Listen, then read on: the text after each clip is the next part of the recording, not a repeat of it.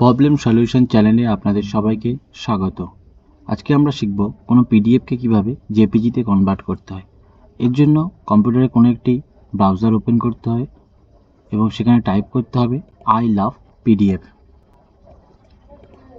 প্রথমে যে ওয়েবসাইটটি আসবে সেখানে ক্লিক করতে হবে। ওয়েবসাইটটা দেখতে ঠিক এরকম হবে। আমি এই ওয়েবসাইটের লিঙ্ক ডেসক্রিপশানে দিয়ে দেবো, আপনারা সেখান থেকে এই ওয়েবসাইটে আসতে পারবেন। এখানে একটি অপশান দেখতে পাবেন অল পিডিএফ টুলস। এখানে মাউসটা ধরলে এখানে দেখতে পাওয়া যাবে পিডিএফ টু জেপিজি, এর উপরে ক্লিক করতে হবে। এখানে যে পিডিএফটা আমরা জেপিজিতে কনভার্ট করতে চাই সেই পিডিএফটা আপলোড করে দেবো।